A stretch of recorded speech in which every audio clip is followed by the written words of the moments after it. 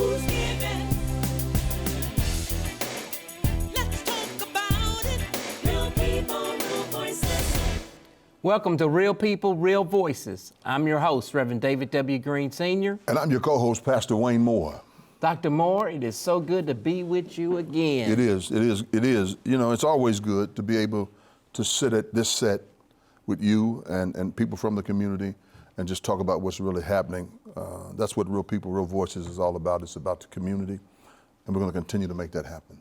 For sure. As we say in our song, we talking about real life and real choices, aren't and we? real talk. And real talk. Can you share with us our sponsors? We can do that. Man, it's just so exciting. I don't know how you feel about it, Dr. Green, but to have two faith-based groups leading the sponsorship, the Concerned Clergy of Indianapolis, the Baptist Ministers Alliance, two long-term faith-based groups that have been fighting for social justice and quality of life for years. Then we have Tamika and Associates Realty Group. She's doing a fantastic job in the real estate business. Then we have His Place Eatery, located on the far east side. Go on Friday. The catfish is hot and popping on Fridays. Then if you need to get a suit, and some shoes, go to Our House Modern Clothing. You'll see our producer here shortly, and that's what he does in many cases. Marion County Public Health Department has been with us from the very beginning.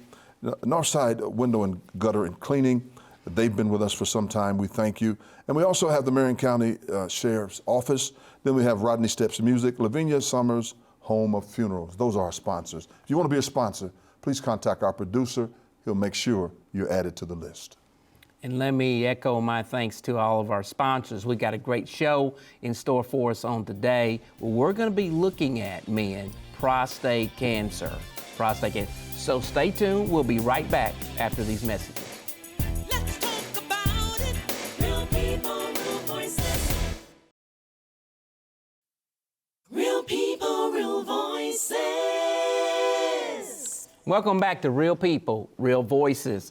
I'm certainly happy to have with us today a young man that I've worked with, Pastor Moore, for years in a lot of different areas, especially around youth and young people, because he's really concerned about them getting on the right track. But today's discussion is we're nearing November.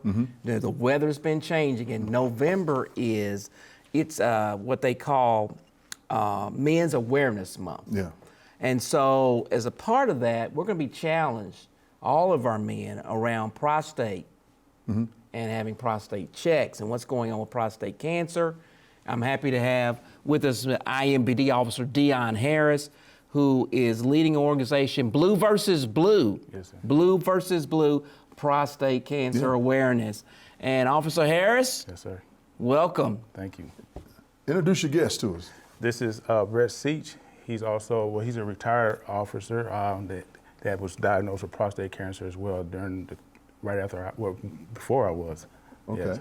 And so you two are together today Yes, to sir. help men understand how serious it is that yearly physicals are important. Yes, sir. And 6 months, if you can. Every 6 months, if you can. Yes, sir. You're two survivors. First of all, let me commend you for being survivors. And then at the same time, being a survivor, willing to help other men, Dr. Green, understand the urgency of this thing called prostate cancer. Yes, sir. And it is not a sickness that is selective. It gets who it can. Yes, sir. It's universal. Yes, sir. Yes, It's sir. universal. So can you kind of begin with what your organization's mission, what your objectives are? So Blue versus Blue mission is to spread prostate cancer awareness to law enforcement agencies across our nation and as well to the communities which they serve. With that being said, based from my experience with prostate cancer as a law enforcement officer, we have formed support groups across with the organization that's open up to our country. We have men reaching out to us as far as California, Newark, New Jersey, Wyoming, Austin, Texas, and where we're able to work with each other to talk through the process and the effects from prostate cancer. Now, did you two start the organization? Well, I actually started it, and once I started, I reached out to the men from IMPD who I knew had dealt with prostate cancer. Smith. So it's Detective Smith, Juan Hale, Brett Seach. There's also a couple others, but they're not active at this time due to situation. One, he has some other issues going on health-wise. Right. I think we can't go any further without saying thank you to Commander Ida Williams, who is connected to community engagement throughout the city of Indianapolis. She is a jewel to the community. I think you and I have worked with her on numerous occasions. And it was her who brought Blue versus Blue to our attention, Dr. Green. And automatically we began to be aggressive with this brother to try to help him to understand that somebody cares and somebody is concerned. For too long, we have been blessed to have the Charles Williams information that goes out into our community. But for some reason or another, the last 10 years, it just hadn't been effective. And a lot of people don't understand it happens to everybody, but for some reason or another, black men are affected with prostate cancer more than other cultures.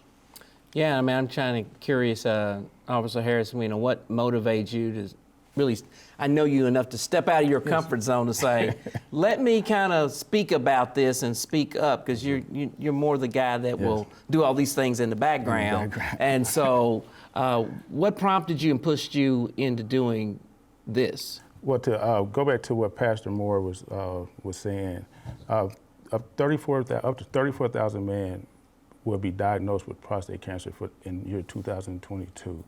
I'm sorry, up to 200,000 will be diagnosed, 34,000 would die. Out of those 34,000, 1 out of every 9 will be a black male. But what prompted me to do it, I had sat on this idea for a while, literally 6 years. And I see Seach, and I said, I need to talk to you about something. I see Mr. Gurnett, I need to talk. All the guys I knew that had prostate cancer, and one day, Commander Ida Williams, she comes to my office around 6:30 that night. For some strange reason, I was there. I'm usually gone by then. And she asked me, do I plan on going to a Noble conference? And I said, no, not really. In Iowa, I said, but one day I would like to go to the one in Florida, the national conference, and talk about prostate cancer. She said, well, what is it that you want to talk about? She didn't know where I was going with it, and I started explaining it to her. The next day, she came to my office and told me, you got 3 weeks. I got you a booth in Iowa at a regional conference. Get ready. At that time, it was just a thought. And when she came in and told me that, I had to get everything together. Website, brochures, called them, and got everybody on board, and here we are today. A friend of mine, you know William Young, Officer William Young, who is also with IMPD. He does ascribe to the fact that Commander Ida Williams is a dangerous woman. And so yes, he does. This man was able to get a website going, brochures and everything going in 2 or 3 weeks. Shirts, polos, press. Sitting at a conference because of what she said. Did she have something in her hand or something that forced you to do this? What was it? It was just her voice or what? It's the respect that you have for her, first of all. And then when someone step out for you like that, in my mind, I could not let her down. Yes. And then I knew this is an opportunity to birth a thought that I have had for so many years. And I never thought it was going to take off the way that it has, but it has. And I believe lives have been saved. I know as far as the feedback I have been receiving, men have been going and checked because they want to know if they have prostate cancer. Yeah. Law enforcement, my department has been well informed on the struggles that officers go through once diagnosed with prostate cancer and the effects from it. And the goal is to, like I said earlier, is to get that to all departments across our nation, which as of yesterday, I have 80 contacts based off of Commander Ida Williams from the national conference I was able to do in Florida. Across the country? Across the country, from the Secret Service. I have contacts from the Secret Service all the way down to your small sheriff, the police department that has some type of information from Blue versus Blue. And now these support groups, they're open to people outside the police department? So this support group that our Zoom meeting we have scheduled for this Thursday is for law enforcement. Once we get that structured right, then we are branching off to the community to start that support group. So there will be 2 different support groups with that. I don't want you to talk about it, but I want to talk about it. And Brother Officer, happy to see that you're recovering.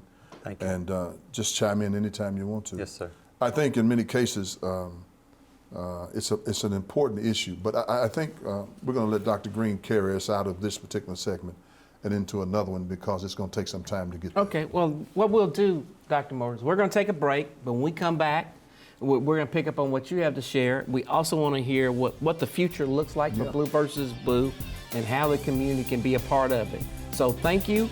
We'll be right back. Let's talk about it. Real people, real voices. Real people, real voices. Welcome back to Real People, Real Voices. I'm your host, Reverend David W. Green Sr. Pastor Wayne Moore, your co-host. Well, we've got two important gentlemen with us, Yes. Brother Dion, Brother Brent, that are with us on today, talking about a real topic, Pastor Moore, Yeah. and that is prostate cancer, the impact of it. Yeah. And we need to be serious about it as men and not run from this conversation. We need men to run to this conversation. Yeah, you know, Dr. Green, what really drawed me to the conversation is I at least get checked twice a year for prostate. Brother Brett, I don't know how serious that sounds to some, but it's very serious to me. Absolutely. But what really got me was when Dion came and said that when he got back after his surgery as an officer serving the community, how he had to, if he doesn't mind me mentioning it, wear diapers. And he was late for calls because he had to change his diaper. Sure. And he was brought under the subordination for that because they didn't understand. He didn't know how to explain his condition to them. And so now Blue versus Blue comes into fruition. He meets Brett. They talk about it. And now law enforcement officers, starting at IMPD and going all across the country now, have this particular piece to where they can get some help and still protect and serve the community. Brett, what do you think about that? Well, I couldn't be more prouder to be associated with Dion. When I got diagnosed, I was 44. And I went to a support group, and it was older men, because this is an older disease. And I had a very aggressive form. And I went to the support group, and they're like, "Are you here for your father?" And I'm like, "No, I'm here for me." "Well, how old are you?" I'm like, 44. And they're like, "Oh." I'm like, "Well, what's your score?" And I tell them my score, and they're like, "Oh." I'm like, can we take a break? Because I think I'm about done with this support group. So men don't want to talk about it. And I tried to be vocal about it, get the stigma off of it. First question my wife asked when we were in the doctor's is, "How did he get it?" The doctor says, "We don't care. We don't know. We need to treat him. It's very serious." We get wellness checks on the police department. They're free. Most guys don't go, or women. I'm going to advocate that our law enforcement officers get that wellness check. The first responders get that wellness check. Twofold, if you're in a first responder position, you're in an elevated risk, okay? And then if you work second shift and things like that also affect it. You have other things. The race, 6 out of 10 men after the age of 65 of African American descent will be diagnosed statistically, and these are from the Prostate Cancer Foundation's website. Yes, very familiar with it. Okay, so under 50, 1 in 456 men get diagnosed. Well, I was the youngest person that I knew. No, and then other than Dion. Now, Well, Dion's Dion- 36 years old. I got him by 6 months. Yeah. So he took the title from me after 6 months. 36 years old, though. Exactly. And I was diligent about watching my numbers. And until you get to the magic number 4 on your PSA, which is a blood draw, get a blood draw, go to your doctor, monitor it, get a baseline, and follow it every year. If it starts to double, you need to go to the next step. Get to a urologist, go for an advanced testing, see if there's some other cause. But that's where you should be your own advocate and be concerned. I didn't know any of this. I didn't know who to talk to about it. So I tried to share my information. And then Dion called, and we had a couple of talks, and and he ended up having the surgery. And I've had surgery, I've had radiation, I've had hormone therapy. My numbers are 0 right now, but I'm actively being treated. Right. But we're 8 years out now, seven and a half, 8 years out. So it's very survivable, but if you can get detected early, there's a lot more. 96% Absolutely. can survive this. Yes. With a And- normal life. Yeah, have a normal life, yeah. Tell But us about some things you want us to know about the situation of prostate cancer, how it affects a man. Okay, well, glad you asked, because this is my spiel. I tell everybody to make them run to the doctor. So, prostate cancer is a very treatable disease. It's a walnut-sized organ that sits right under your bladder. This organ, this prostate is surrounded with nerves. It has 2 nerves, and they call you CV nerves for short. Mm-hmm. If the cancer gets outside of that prostate, these nerves have to be cut out. The purpose of these nerves, they control your erections. One nerve is if you're going to get an erection. The other nerve is if you're going to stay up in the erection. If it gets outside of that prostate, they have to cut all of that out. If they're able to, early detection is the key. If you get checked in time and it's still contained inside the prostate, they can save your nerves, which they call nerve sparing. They can save them. And that's one important reason why you should go get checked. Not even just that, prostate cancer cells are attracted to your bones. So once they get outside of your prostate, for some reason, they go into men's bones. And then you also got your stomach there, your bladder there, your kidneys there, your lymph nodes, your colon. All that stuff can be affected from this little walnut-sized prostate if that cancer get outside it. That's why it's important that you get checked. One more thing I forgot to mention, it's also attracted to your brain. Mm. So the bones in the brain is, for some reason, that's what my doctor has told me. Mm-hmm. And from researching, for some reason, that's what prostate is attracted to. I know a guy now, it's in his spine, and he's paralyzed for the rest of his life. He has to get chemo twice a month just to stay alive. Because if he doesn't, then it'll get outside of that spine area and then. Wow. It'll have a huge impact.